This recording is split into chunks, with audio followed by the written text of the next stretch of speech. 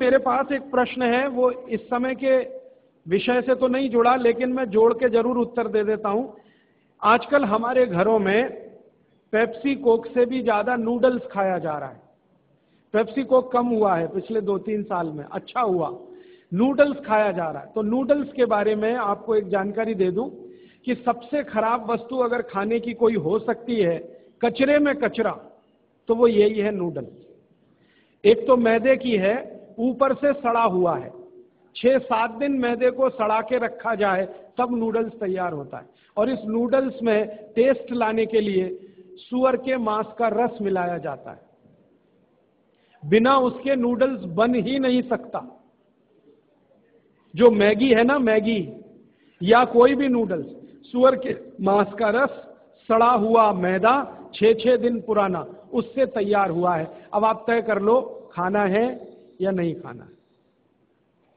एक प्रश्न है होती है, तो ये भी इनके क्वालिटी का बहुत बड़ा भ्रम है। लोगों को बहुत बड़ा भ्रम ये हो गया है कि विदेशी कंपनियों के माल में क्वालिटी ज्यादा है, इसलिए लोग उसे खरीदते हैं। मैं आपको कई विदेशी कंपनियों के माल की केमिकल एनालिसिस रिपोर्ट प्रस्तुत कर सकता हूं, जो हमने लेबोरेटरी चेक कराया, कोई क्वालिटी नहीं है उनके माल।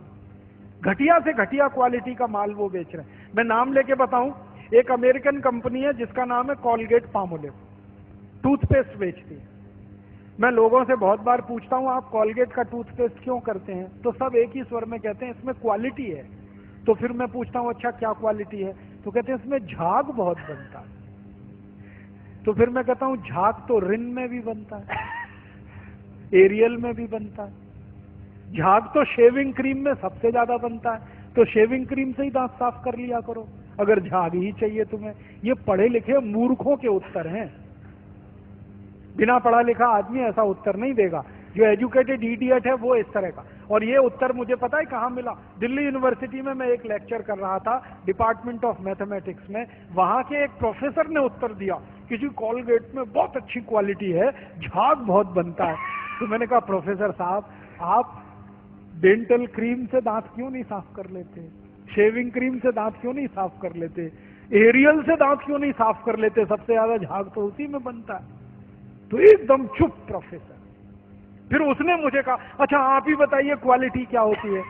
मैंने कहा प्रोफेसर साहब, आप मैथमेटिक्स के प्रोफेसर होके अगर ये नहीं जानते कि क्वालिटी क्या होती है तो क्यों चिल्लाते हैं कि ये क्वालिटी होती है? जब मालूम ही नहीं है तो कहो ना हमको नहीं मालूम क्वालिटी क्या होती है, हम तो विज्ञापन देख के ये सामान खरीद लाते हैं। मैंने उनको समझाया कि कॉलगेट टूथपेस्ट बनता किस चीज से है, उसकी क्वालिटी क्या है, ये समझने की बात है। तो उनका हाँ बताइए। तो मैंने उनको बताया, वो मैथमेटिक्स के थे, थोड़ा केमिस्ट्री भी जानते थे। केमिस्ट्री में एक केमिकल होता है, उसका नाम है सोडियम लॉरेल सल्फेट, उससे कॉलगेट बनता है। क्योंकि सोडियम लॉरेल सल्फेट डाले बिना किसी भी टूथपेस्ट में झाग पैदा नहीं हो सकता। और सोडियम लॉरेल सल्फेट का आप देख लीजिए, आप में से थोड़े भी केमिस्ट्री पढ़े हुए लोग हैं तो केमिस्ट्री की डिक्शनरी में सोडियम लॉरेल सल्फेट देखिए, उसके सामने लिखा हुआ है पॉइजन, जहर है। 0.05 मिलीग्राम मात्रा में शरीर में चला जाए तो कैंसर कर देता है, और वो कॉलगेट में भरपूर मात्रा में मिलाया जाता है। और आपको एक जानकारी दूं, अमेरिका और यूरोप के देशों में कॉलगेट जब बेचा जाता है ना, तो उस पर अंग्रेजी भाषा में चेतावनी लिखनी पड़ती है कॉलगेट के पेस्ट पर। जैसे भारत में सिगरेट के पैकेट पर लिखा रहता है ना, सिगरेट पीना स्वास्थ्य के लिए हानिकारक है, वैसे अमेरिका और यूरोप में कॉलगेट के डिब्बे पर लिखा रहता है कॉलगेट करना स्वास्थ्य के लिए हानिकारक है। लिखते अंग्रेजी में है, मैं बताता हूं वो क्या लिखते हैं। वो 3 वाक्य लिखते हैं। पहला लिखते हैं Colgate is injurious to health, स्वास्थ्य के लिए खतरनाक है। दूसरा वाक्य लिखते हैं please keep out this Colgate from the reach of the children below 6 years.